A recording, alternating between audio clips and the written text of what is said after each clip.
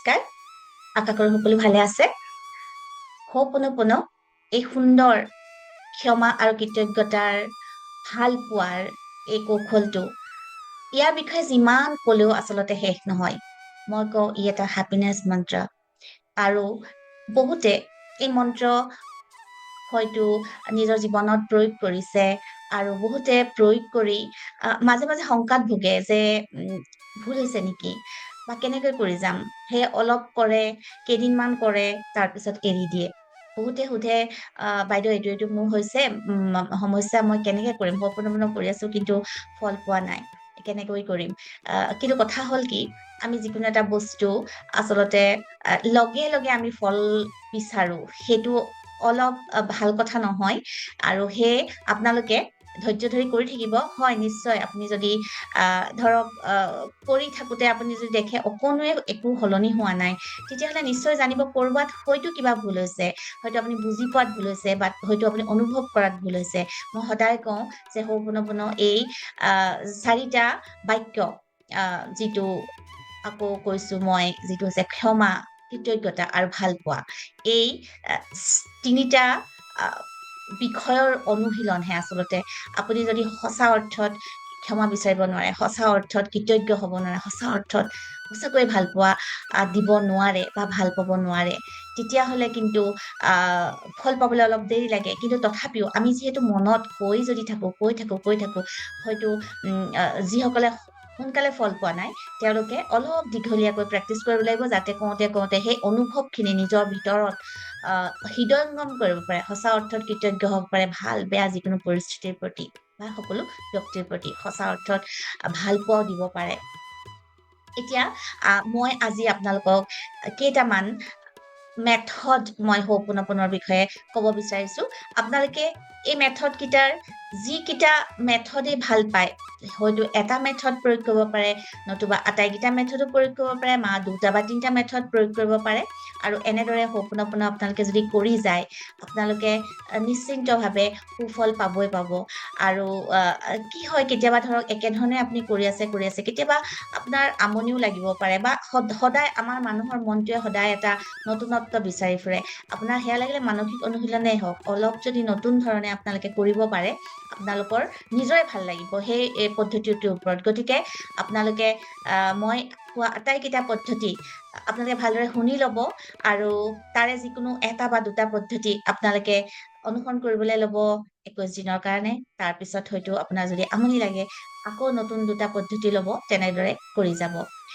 আৰু ব্যক্তিগতভাৱে মই আটাইকেইটা পদ্ধতিয়ে মই প্ৰয়োগ কৰো, কাৰণ মোৰ খুবেই ভাল লাগে। কাৰণ দয়া, ক্ষমা, কৃতজ্ঞতা এইবোৰ গুণেহে আমাক আচলতে মানুহ কৰি ৰাখে আৰু আমি সঁচা অৰ্থত জীৱনটোক জীয়াই থাকিবলৈ পাৰো আৰু জীৱনক ভাল পাবলৈ পাৰো, পৃথিৱীক ভাল পাবলৈ পাৰো। পৃথিৱীত ভাল বেয়া সকলো থাকিব, জীৱনত ভাল ঘটনাও ঘটিব, বেয়া ঘটনাও ঘটিব, ভাল ব্যক্তিও আমি পাম, বেয়া ব্যক্তিও আমি পাম, কিন্তু সকলো আমি যাতে সামৰি ল'ব পাৰো আৰু জীৱনটোক ভাল পাবলৈ পাৰো, আগুৱাই নিবলৈ পাৰো। এতিয়া আপোনালোকক মই হোপনোপনৰ মেথড কেইটাৰ বিষয়ে ক'ব ওলাইছো। আপোনালোকে অনুগ্ৰহ কৰি শেষলৈকে শুনিব। প্ৰথম মেথডটো হ'ল মই ক'ম ভোকেল মেথড। ভোকেল মেথডটোত আপোনালোকে সাধাৰণতে সকলোৱে যিটো কৰে, আপোনালোকে চান্টিং কৰাৰ দৰে, I am sorry, please forgive me, thank you, I love you, এনেদৰে কয়, হয়নে? সেইটো আপোনালোকে কৰি থাকিব পাৰে যিমান বাৰ ইচ্ছা। আপোনাৰ যেতিয়ালৈকে হৃদয় পূৰ্ণ নহয়, আপোনালোকে 108 বাৰো কৰিব পাৰে। ৰাতিপুৱা শুই উঠি 108 বাৰ কৰক, ৰাতি শোৱাৰ সময়তো 108 বাৰ কৰক, যেতিয়াই মন যায় তেতিয়াই। 108 বাৰেই কৰিব লাগিব বুলি কথা নাই, কিন্তু 108ৰ যিহেতু এটা চিগনিফিকেঞ্চ আছে, সেইটো কাৰণে আপোনালোকে 108 বাৰ কৰিলে আপোনাৰ নিজৰো গম পাব যে হয়, মই যিকোনো এটা বস্তুৰ যে হিচাপ থাকে, নিজৰে ভাল লাগে। সেইকাৰণে আপোনালোকে 108 বাৰ ৰাতিপুৱা আৰু শুই উঠিয়ে কৰিব, ৰাতি শোৱাৰ সময়ত 108 বাৰ কৰিব। আপোনালোকে ডাঙৰকে I am sorry, please forgive me, thank you, I love you, এনেদৰে ক'ব পাৰে। এতিয়া সেই I love you, I am sorry, please forgive me এই শব্দকেইটা আপুনি কোনটো ছন্দত গাব লাগিব তেনেকুৱা ধৰণৰ কোনো কথা নাই। আপোনাৰ যেনেদৰে ভাল লাগে, আপুনি গান গোৱাৰ দৰে যদি আপুনি গায়, কোনো কথা নাই। আপুনি গান গোৱাৰ দৰে গাই আছে, তেতিয়াও আপুনি ফল পাব। আপুনি অনুভৱ কৰিব সেই চান্টিং সেই শব্দকেইটা আপোনাৰ ভিতৰত সোমাই পৰিব সেইকাৰণে এইটো মই কওঁ ভোকেল মেথড 2 নম্বৰ মেথডটো হ'ল সাইলেন্ট মেথড সাইলেন্ট মেথডটো হ'ল আপুনি মনে মনে মনৰ ভিতৰতে আপুনি I'm sorry, please forgive me, thank you, I love you কৈছে এইটো ধৰক আপুনি এটা মেডিটেশ্যনৰ নিচিনা কৰিলে আপুনি বহি ললে আপুনি কিবা এটা বিষয়ত ফল পাবৰ বাবে কৰিছে প্ৰথমতে মই উল্লেখ কৰা যিটো মেথড হ'ল সেইটো আপুনি সকলো সময়তে এনি টাইম আপুনি কৰক আপোনাৰ কোনোবা নিৰ্দিষ্ট সমস্যা থাককেই বা নাথাককেই কাৰোবাৰ কাৰণে কৰক নকৰক আপুনি এনেই কৰক আপোনাৰ মনৰ আনন্দৰ কাৰণে আপোনাৰ নিজৰ ভিতৰতে সোমাই যাবৰ কাৰণে আপুনি সেইটো কৰিব পাৰে আৰু সমস্যা আপোনাৰ ওচৰলৈ নাহিবই জীৱনক চোৱা দৃষ্টিভংগী আপোনাৰ বেলেগ হৈ যাব দ্বিতীয় মেথডটো যিটো সাইলেন্ট মেথড সেইটোত আপুনি বহি ল'ব শান্তিৰে চকু বন্ধ কৰিব আৰু আপুনি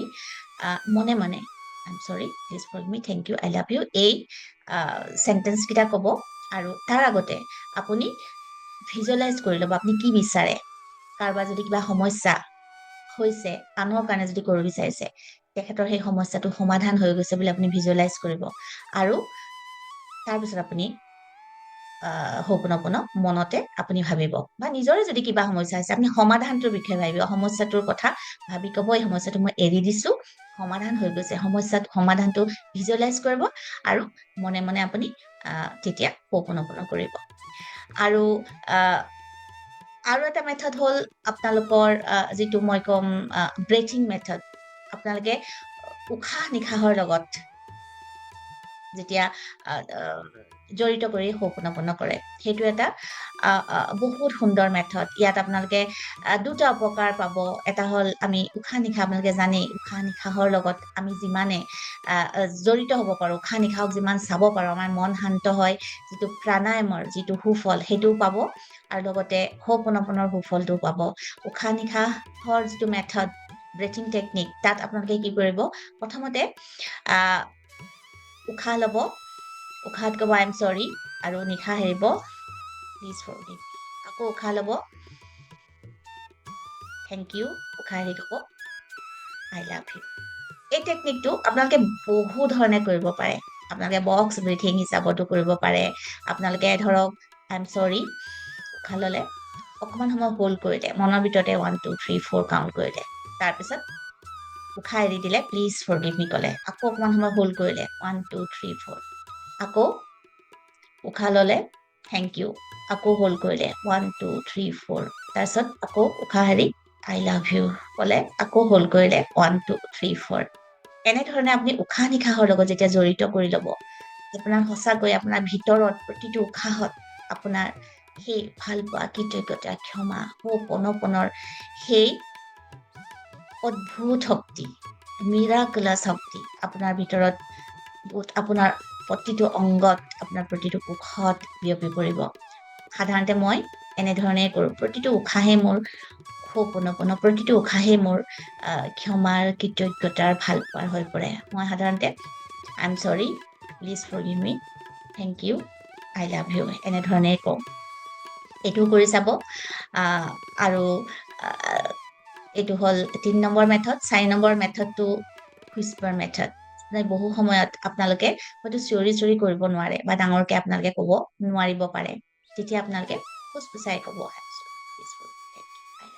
বহু সময়ত মনে মনে কৰিলে হয়তো আপোনাৰ মনটো ইফাল সিফাল যাব পাৰে বহু সময়ত ডাঙৰকৈ কৰিলে এনি টাইম ডাঙৰকৈ কৰিলে হয়তো ওচৰে পাজৰে থকা মানুহেও আমনি পাব পাৰে আপুনি কৰিব নোৱাৰিব পাৰে সেই সময়ত আপোনালোকে যাতে আপুনি নিজে শুনে নিজৰ কাণত সেই শব্দকেইটা পৰে সেইটো হ'ল হুইস্পাৰ মেথড তাৰপিছত আনটো মেথড হ'ল গাইডেড মেথড এইটো এটা বহুত শক্তিশালী মেথড এইটো আপোনালোকে কি কৰিব আপোনালোকে আপোনালোকৰ যদি কোনোবা গুৰু আছে তেওঁলোকৰ সৈতে বা কোনোবা জনা শুনা ব্যক্তি যি জানে হোপনপনৰ বিষয়ে যি আপোনাকো জানে বা আপোনাৰ বিষয়ে আপুনি যাক ক'ব পাৰে বিশ্বাস কৰে যাৰ পৰা আপুনি হয়তো কিবা পজিটিভ এনাৰ্জি পায় তেওঁৰ লগত আপুনি কৰিব পাৰে এই মেথডত সাধাৰণতে কি হয় আপোনাৰ যিজন মই গুৰু বুলিয়ে কৈছো বাৰু আপোনাৰ গুৰুৱে আপোনাক গাইড কৰি থাকিব আপুনি কেনেদৰে হোপনপন কৰিব লাগে আপোনাৰ ভিতৰৰ গোটেই যিখিনি দুখ আছে, আঘাত আছে,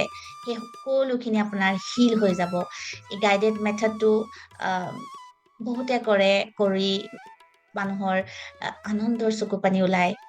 যিখিনি ভিতৰত সোমাই থকা দুখ আছে, বিষাদ আছে, বহুত দিনৰ পৰা ধৰি ৰখা, সেইবোৰ সকলো চকু পানীৰ ৰূপত ওলাই যোৱা। মই নিজেও বহুতকে এনেকে গাইডেড মেডিটেশ্যন কৰোৱাইছো আৰু বহুতৰে দেখিছো বহুত ৰিলিজ হ'ব পাৰে। ভিতৰত কিমান দিনৰ পৰা দুখ, আঘাত, ক্ষোভ, অভিমান ৰাখি থৈছিলে, সেইবোৰৰ পৰা মুকলি হোৱা যেন অনুভৱ কৰে।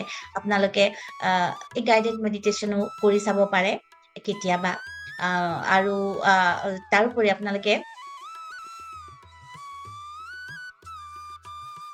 ইতিমধ্যে মোৰ লগত বহুতে হো'প'ন'প'ন' EFT আৰু হো'প'ন'প'নৰ চাৰ্টিফিকেশ্যন কোৰ্চ কৰিছে আৰু তেওঁলোকে সফলতাৰে এই কোৰ্চ সম্পূৰ্ণ কৰিছে। ইতিমধ্যে মোৰ 3 নম্বৰ বেটছৰ প্ৰশিক্ষাৰ্থীসকলো ওলাইছে। তেওঁলোকে নিজৰ যিখিনি শিকিছে সেইখিনি প্ৰয়োগ কৰিছে, নিজৰ লগতে আনকো তেওঁলোকে ভাল কৰিব পাৰিছে, হিল কৰিব পাৰিছে, সুখী কৰিব পাৰিছে। তেওঁলোকক মই প্ৰত্যেকটো বেটছকে মই এখন চাৰ্টিফিকেট দিওঁ। এইবাৰ মই যিটো দিম চাৰ্টিফিকেট, সেই ভাবিছোঁ মই আপোনালোককো সেই অনুষ্ঠানত নিমন্ত্ৰণ জনাব বিচাৰিছোঁ, কাৰণ বহুতে মোক লিখিছে যে বাইদেউ আপোনাক লগ পাব বিচাৰিছোঁ। যিহেতু মই অসমত নাথাকোঁ, মই ক'ত থাকোঁ এতিয়া মই আপোনালোকক নকওঁ বাৰু, সেইখিনি প্ৰাইভেচি মই ৰাখিব লাগিব। আৰু মই আপোনালোকক অনলাইনৰ যোগেদি লগ পাম। আপোনালোকক 28 জুন তাৰিখে গধূলি 8 বজাত এই চাৰ্টিফিকেশ্যন চেৰিমনি হ'ব। আপোনালোক সকলোকে মই নিমন্ত্ৰণ জনালোঁ। যিসকল আগ্ৰহী, আমাৰ কমিউনিটি লিংক মই ডেছক্ৰিপশ্যন বক্সত দিছোঁ। তেওঁলোকে কমিউনিটিত যিটো আমাৰ হোৱাটছআপ গ্ৰুপৰ লিংক দিছোঁ, সেইটোত ক্লিক কৰি আমাৰ কমিউনিটিত যোগ হ'ব পাৰে। আৰু এই চাৰ্টিফিকেশ্যন চেৰিমনিত আপোনালোকে কেৱল মাত্ৰ কেনেদৰে মই চাৰ্টিফিকেট দিছোঁ সেয়াই নহয়, আপোনালোকে বহুতৰ অভিজ্ঞতাও শুনিব পাব।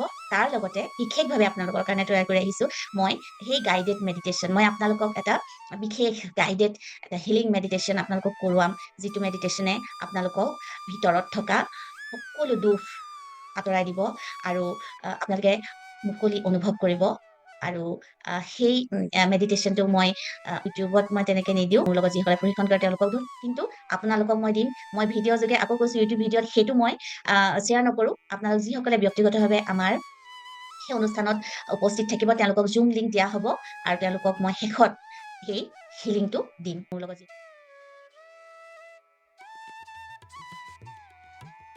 সকলো সময়তেতো আপোনালোকে গুৰু নাপায় বা সকলোৰে গুৰুৰ লগত আপোনাৰ কানেক্ট হোৱাৰ সৌভাগ্যও নহয়। আপোনালোকে আৰু এটা কাম কৰিব পাৰে, তান্ত্ৰিক মেথড। ধৰক আপুনি মম এডাল জ্বলাই ল'লে আৰু সেই মমৰ শিখালে চাই আপুনি I am sorry, please forgive me, thank you, I love you কৰি থাকক। মনতে ভাবক সেই মমৰ শিখাত আপোনাৰ ভিতৰত থকা সকলো দুখ, সকলো যন্ত্ৰণা, সকলো চিন্তা, সকলো সমস্যা আপোনাৰ চব সেই মমৰ শিখাই জ্বলাই ভস্মীভূত কৰি দিছে। আৰু আপুনি তান্ত্ৰিকৰ যিটো আপোনাৰ সুফল সেয়াও পাব, হো'প'ন'প'নৰ সুফলো পাব। এইটো আপোনালোকে কৰিব পাৰে। এইটো মই গাইডেড মেডিটেশ্যনৰ শাৰীতে ৰাখিছোঁ, তান্ত্ৰিক মেডিটেশ্যনৰ গুৰুৰ লগত যিটো কৰে। তাৰোপৰি আৰু এটা খুব ভাল আপোনালোকে কৰিব পাৰে, যিটো গাইডেড মেডিটেশ্যনৰ শাৰীতে মই কওঁ। সেই মেথডতে মই ক'ব বিচাৰিম। সেইটো হ'ল আপোনালোকে এনেদৰে এজন গুৰুৰ লগত, তেখেতেও আপোনাৰ কাৰণে, আপোনাৰ বিশেষ বহুত বেছি সমস্যা হৈছে, আপুনি হো'প'ন'প'ন কৰি আছে অথচ ফল পোৱা নাই, তেতিয়া আপুনি গুৰু এজনৰ লগত কানেক্ট হ'ব পাৰে। তেওঁ আপোনাক গাইডেড মেডিটেশ্যন গৈ আপোনাক হো'প'ন'প'ন কৰিব পাৰে, তেওঁ লগে লগে কৰিব পাৰে, তেওঁৰ এনাৰ্জিটো আপুনি পাব। তাৰোপৰি লিখিত যি তেওঁ আপোনাৰ হৈ লিখিব 108 বাৰ হো'প'ন'প'ন, আপুনিও লিখিব একেলগে, দুয়ো কানেক্ট হৈ লৈ যেতিয়া এনেদৰে লিখে, তেওঁ আপোনাৰ কাৰণে লিখিব আৰু আপুনি আপোনাৰ কাৰণে লিখিব, তেওঁ আপোনাৰ কাৰণে লিখিব। গতিকে আপুনি সেই ক্ষেত্ৰত আপুনি কিন্তু অলপ সাৱধান হ'ব লাগিব। এনেকুৱা এজন আপুনি ব্যক্তি পাব লাগিব, এনেকুৱা এজন গুৰু পাব লাগিব যি আপোনাৰ কাৰণে লিখিব। তেনেদৰে আপুনি কমেও 21 দিন কৰিব পাৰে, তেতিয়াও বহুতে সুফল পাইছে, আপোনালোকেও সুফল পাব। আৰু এটা মেথড মই ক'ম, এইটো মুভমেণ্ট মেথড বা আপুনি ৱাকিং টকিং হো'প'ন'প'ন বুলিও ক'ব পাৰে। আপুনি য'তে গৈছে আপুনি হো'প'ন'প'ন কৰি যাওক, য'তে গৈছে আপুনি হো'প'ন'প'ন কৰি যাওক আনন্দৰে। প্ৰতিটো খোজতে আপুনি হো'প'ন'প'ন কৰক, আপুনি মুভমেণ্ট কৰক, হো'প'ন'প'ন কৰক। বা আপুনি ধৰক খোজকাঢ়িব গৈছে, আপুনি জানে যে মই ইমানটা আজি ষ্টেপছ মই ল'ম আজি দিনটোত মই 10,000টা ষ্টেপ মই ল'ম। প্ৰতিটো ষ্টেপৰ লগত আপুনি হো'প'ন'প'ন জড়িত কৰি দিয়ক। আপুনি মুভমেণ্টৰ সুবিধা যিখিনি সুফল সেয়াও পাব, লগতে হো'প'ন'প'নৰ সুফলো পাব। আপোনাৰ বহুত বেছি আনন্দ লাগিব। এইটো হ'ল আপোনাৰ মুভমেণ্ট মেথড। তাৰপিছত আন এটা মেথড হ'ল ৱাটাৰ মেথড। সেইটো এটা বহুত শক্তিশালী মেথড। আপোনালোকে পানী গিলাচ ল'ব, এনেকে পানী গিলাচ এটা ল'ব, পানী গিলাচ লৈ আপোনালোকে তাতে হোপোনপোন আপুনি যিমান বাৰ পাৰে সিমান বাৰ হোপোনপোন কৰিব। কাৰ কাৰণে কি কাৰণে কৰিছে আপোনাৰ কোনো মানে প্ৰয়োজন নাই। আপুনি হোপোনপোন কৰক আৰু সেই পানীখিনি আপুনি খাই দিয়ক। চাব সেই ৱাটাৰ মেথডৰ আপোনাৰ ভিতৰত যি ধৰণে উশাহ নিশাহৰ জৰিয়তে যিটো কৰোঁ ব্ৰেথিং টেকনিক, সেইটোৰ লগত ৱাটাৰ মেথড গোটেইটোৰে আপোনাৰ ভিতৰত এনি টাইম অকল মাত্ৰ ভাল পোৱা আৰু কৃতজ্ঞতাৰে ভৰাই দিব আপোনাৰ জীৱন। এইকেইটা মেথড আপোনালোকে যিটোৱে ভাল পায়, মোৰ মতেতো গোটেইকেইটাই কৰিব পৰা সম্ভৱ। তথাপিও আপোনালোকে ধৰক এটা বা দুটা অন্তত নিতৌ কৰাৰ অভ্যাস কৰকচোন। আপোনালোকৰ জীৱন সঁচাকৈয়ে খুব বেছি সুন্দৰ হ'ব আৰু জীয়াই থকাটোৱে জীৱনৰ আনন্দ, সেই কথা অনুভৱ কৰিব পাৰিব।